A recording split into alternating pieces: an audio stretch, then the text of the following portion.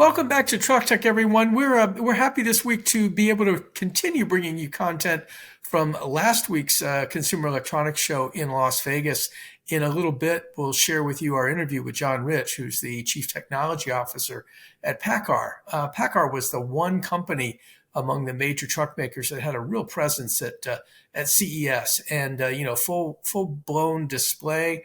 Not something we've typically seen from them or the other truck makers, but they had a lot to share, and John had a lot to talk about. So we'll get into that in just a couple minutes after these headlines. Really breaking news today around Too Simple. We've been tracking the decline and the ultimate disappearance of this company from the U.S. for several months now, and this morning the company decided it's going to delist voluntarily from the NASDAQ and go private. That means that no more public trading in the company.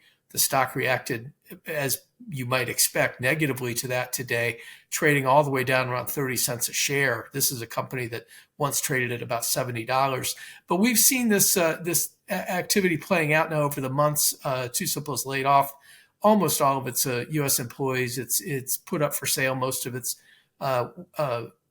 facilities in Tucson, Arizona, and not exactly sure what's going to happen with the San Diego headquarters. But this is a story of a company pivoting to China, where it once thought it would sell its operations instead and concentrate in the U.S. Instead, it's gone the other direction. So kind of sad news for Too Simple, especially for those who are still holding on to the stock.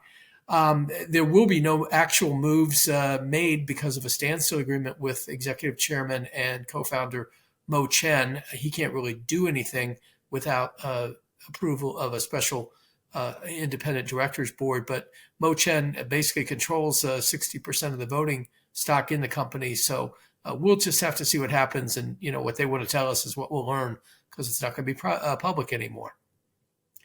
Also, this is a little older, still kind of sad, but happened in December. But Lightning E-Motors out of Colorado, which made electric shuttle buses and school buses, Class A, the small school buses, was forced into receivership in December. That's essentially the same thing as bankruptcy, and its assets are being sold off. Tim Reeser, the CEO, who could be maybe the most enthusiastic person we've ever interviewed on Truck Tech, had to let this one go. He had tough times going on anyway. We'll get into this more in Friday's Truck Tech newsletter, but one of the creditors said, you can't pay your bills, so we're going to force you into receivership, and that's what's happened. So kind of a sad end for a company that, again, went public via SPAC and, ran out of money and had a very difficult time raising more. So it was exposed, and it was vulnerable, and now it is gone. Okay, so in Las Vegas last week, we had an opportunity to do quite a bit with a number of companies that we'll be able to bring you over coming weeks on Truck Tech. But today, we're going to focus on John Rich, who is the Chief Technology Officer at Paccar.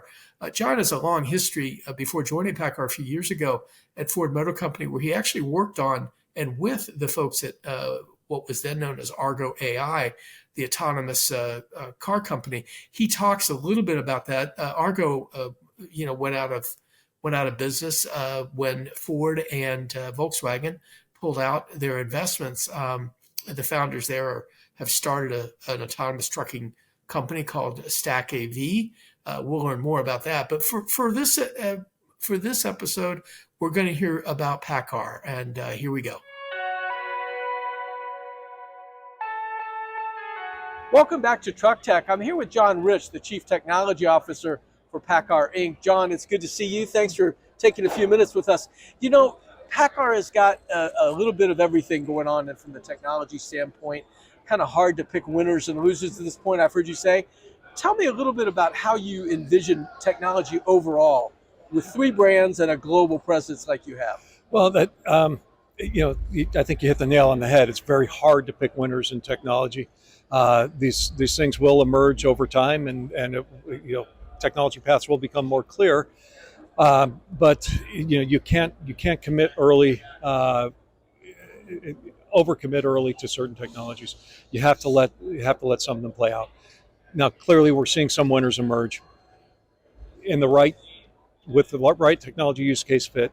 battery electric vehicles, battery electric trucks are certainly have a space, and we're starting to commit heavier into the the assets required to support that. You've seen some of our recent announcements with battery joint ventures and other aspects of BEVs, but there's a lot of other technologies that are that have yet to play out. It's not our approach, where we take a very methodical approach in technology selection, and we'll commit heavily to something when we know it's has a path forward that really supports our customers. We can go through a number of things, and maybe we'll just start with autonomy, because you're one of the non-exclusive partners for Aurora Technology, working on a redundant chassis for autonomy with them. Obviously, working with Continental, which is going to do the actual hardening of their Aurora driver program.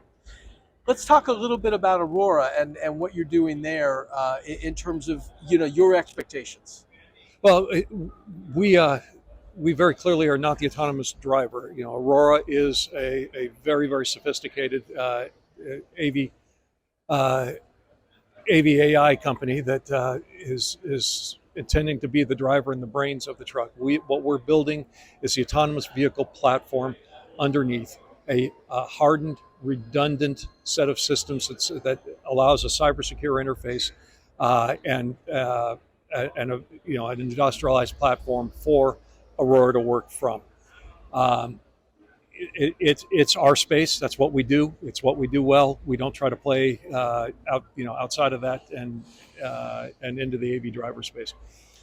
It's interesting with Continental, and of course they've now frozen the Aurora driver hardware system. They're going to do what Continental does, which is fully build out hardened technology and deliver it ultimately to your plants. The intent then is for what? We're very happy to see Continental step in with Aurora as a very mature, sophisticated automotive tier one that really understands what it is to industrialize a technology path and deliver it with quality to an OEM.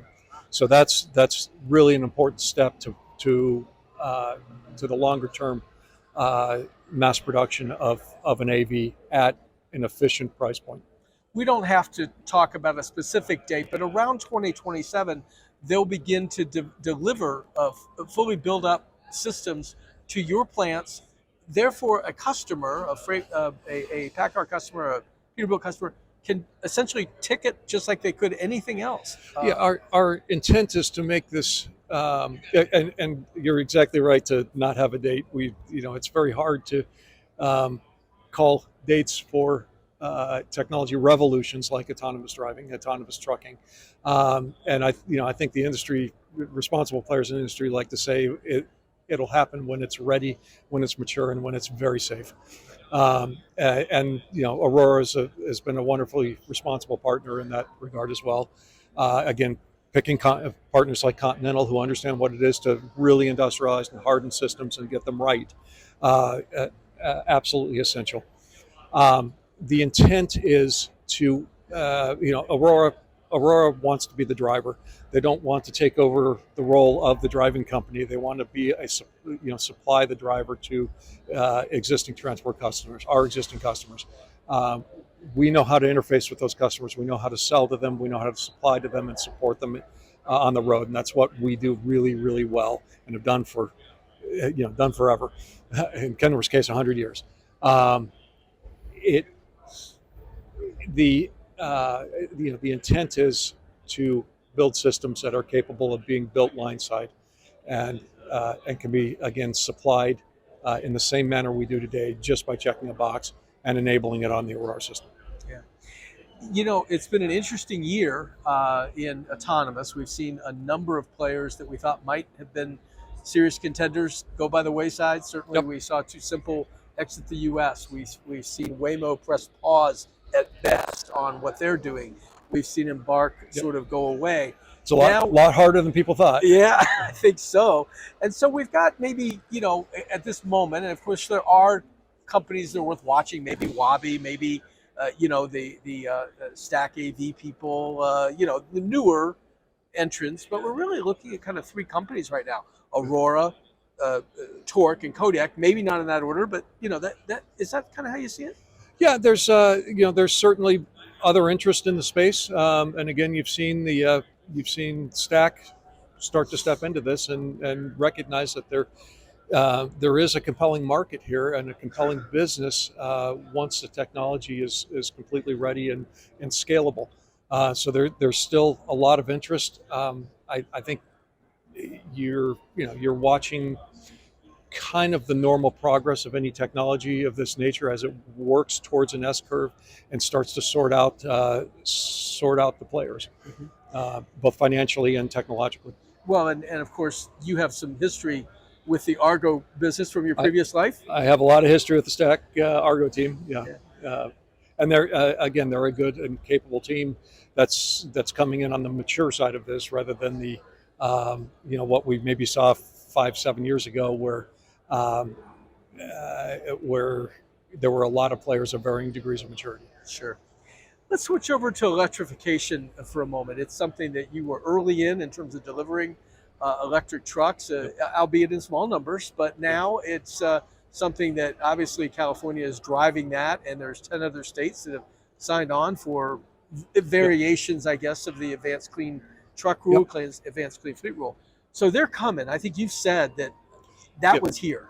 Yeah, we started doing started in a very methodical manner, delivering, I'll call it, tens of trucks in small volumes to learn, let our customers learn, and take feedback, and and start building the next generation of trucks. We're now delivering 9 different trucks around the world. You see on our stand here the DOF XD electric, wonderfully mature product, uh, very configurable for users. So again, a European truck in this case, drives wonderfully, great attributes, over 300 miles of range, and really starts to be a usable tool. But we're delivering 9 different trucks around the world today. They're orderable, and again, we're in that early phase of the business where we're trying to work down to a more affordable space where adoption can happen with more regularity and get away from the incentive Well, and structures we that are in have to place talk today. about incentives for a minute because California, which again, Yep. uses carrots and sticks, Yep. is going to largely remove those incentives from big fleets around 2025.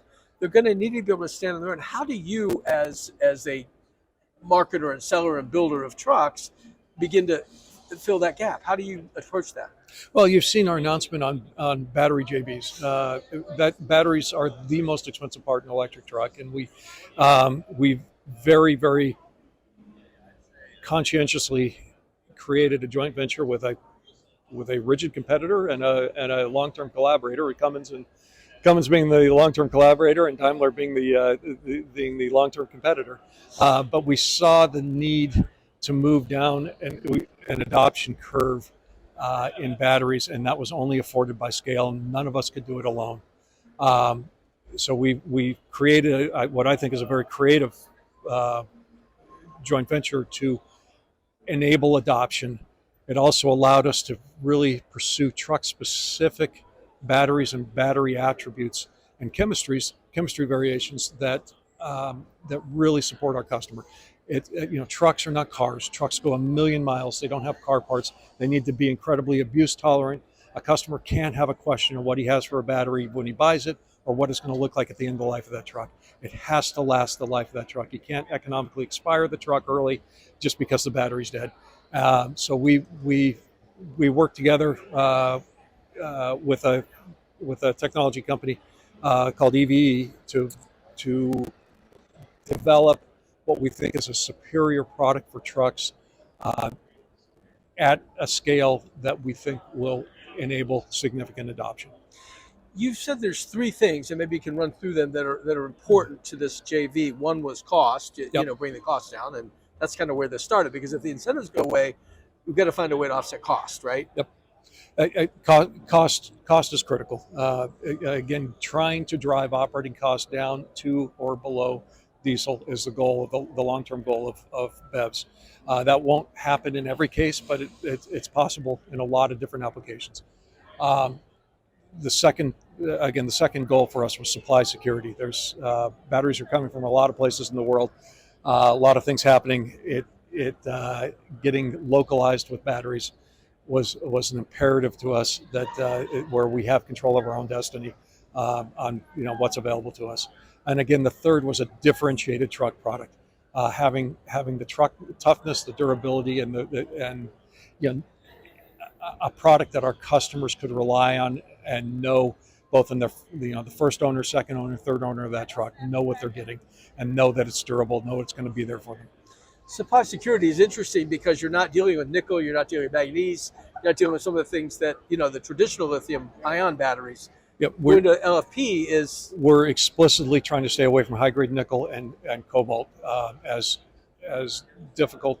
We view those minerals as difficult, and we would like to avoid them in the use of our batteries. sure. The lithium, as you know, is plentiful globally. It just it's not extracted and it's not refined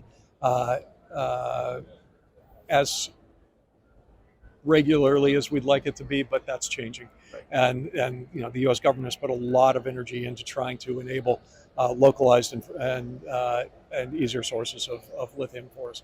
John, Paccar is interesting. Early on, you offered charging solutions for your customers. You'd sell them a charger with a truck and that sort of thing. But you haven't really been present in that sort of public infrastructure space. You have a philosophy about that I think I'd like to hear about. Yeah, well, I mean, first of all, we presently offer turnkey solutions to our customers for their sites who need the ability to charge a truck. That's an important piece of business for us that we feel necessary to support our customers in that manner. We don't beyond that. I know there are a lot of automotive players and transport players who are dabbling in the larger infrastructure space. We really don't view that as our value add. It's not what we do well. Our value add here is to supply the great equipment, support our customers, and keep them on the road and have superior uptime. That is how we contribute to the electrification. It's how we contribute to the system today. It's how we will contribute to an electrified zero carbon world and supporting that customer. We are not an electric utility. We are not an electric infrastructure supplier, and it would be not an efficient use of capital and frankly an unfortunate diversion of capital away from better trucking products to spend much of our time there. It's an interesting approach because, as you said, a lot of your competitors are dabbling, including Daimler with Green Lane and things like that. But I guess your customers could take advantage if that nationwide infrastructure is there for public charging. There's a lot of public incentive going into nationwide charging. Charging is, the interoperability is there. Trucks can charge anywhere. And again, we don't see that as our best contribution to the transition that's in front of us. Sure. Let's talk about one other technology, and that's fuel cells and hydrogen. You have got and have had for a number of years now a working relationship with Toyota on fuel cells. Let's pick that up with what you're going to start doing next year. Yeah, well, look, there's a fuel cell T680 in front of us. That's not only a pretty truck, that's a working engineering truck that is our design intent for a serialized production fuel cell vehicle. These will be on the road working this year, and they will be available to customers. They are available to customers to order. We're taking deposits both under Kenworth and Peterbilt for delivery into 2025. Now, Toyota is building an actual heavy-duty fuel cell. They're using Mirai, fuel cells together to do a heavy-duty fuel cell product for you. And I say for you because I don't know that they would have put into the manufacturing in this country, in Kentucky, if they didn't have someone like you waiting for it. Yeah, well, we've worked with Toyota for a long time on this. And again, as you noticed, it started with a couple Mirai fuel cells put together and moving trucks into fleet applications, fleet trials in California. We ran the only extensive fleet trial in America, moving freight every day, doing work every day, just like a diesel truck, into the Inland Empire of California from the Port of Long Beach. Trucks worked wonderfully. What you see in front of you is the next generation of those that is, again, more optimized for a heavy-duty truck application. And you should expect multiple generations of these things to really, really dial into into the trucking space and optimize into the trucking space. I think the bigger issue is just the availability of clean green hydrogen at the right pressures in the right places. Right. Well, let's talk about hydrogen for a moment. I mean, you come out of the Washington area. There's the Northwest Hydrogen Hub there. Yeah, we're a part of the Northwest Hydrogen Hub Consortium. We participated in that for the federal funding, and proud to be a part of that, but proud to be also supportive of the other hydrogen initiatives, and we hope to make all of them customers. But you're not an electrolyzer company. You're not doing that. Again, it kind of falls into that. Yep. What is it that you do? We stay in our swim lane. We don't make electrolyzers. There are a lot of people making electrolyzers, a lot of good companies making electrolyzers, and we obviously support their efforts and encourage their efforts. Sure. But again, installing hydrogen infrastructure is a very specialized game. It's a capital-intensive space. Requires intense capital, and that's not our value add. Our value add is getting a very, very reliable, high uptime, suitable replacement for diesel to work on a hydrogen network. Yeah. Well, and I guess you have to point out it's been 85 years of profitability. There's a reason for that, yep. And I think you just described a couple of them.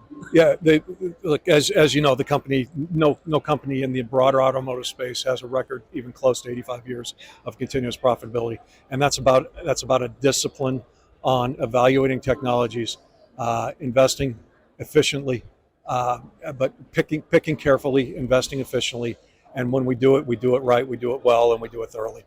What I try to do, and we'll get you out of here on this, is give you the last word. What is it that you want the audience for Truck Tech to really understand from what we've talked about, or what maybe we didn't hit?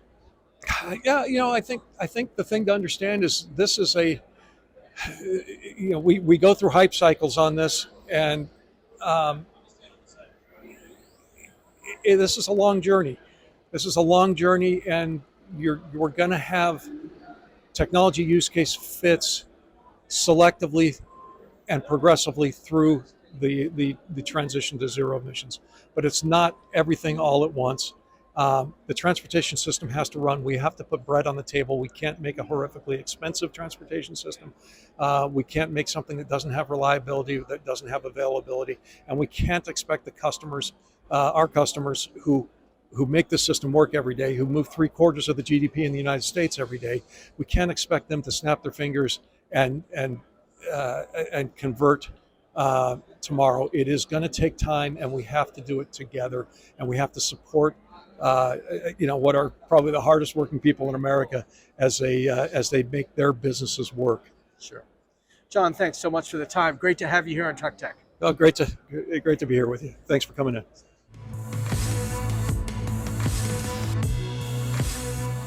Okay, so John Rich, interesting guy, as you can tell, and really has some very strong feelings, as does Paccar, about how to approach both autonomy and electrification. This is not an infrastructure company, and I think after listening to John, you'll understand that they have no intention of becoming one.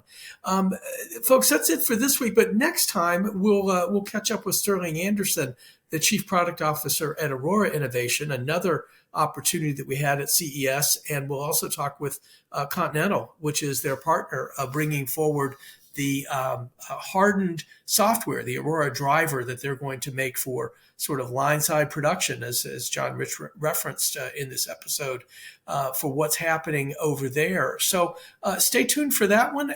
We look forward to seeing you then. Thanks for watching.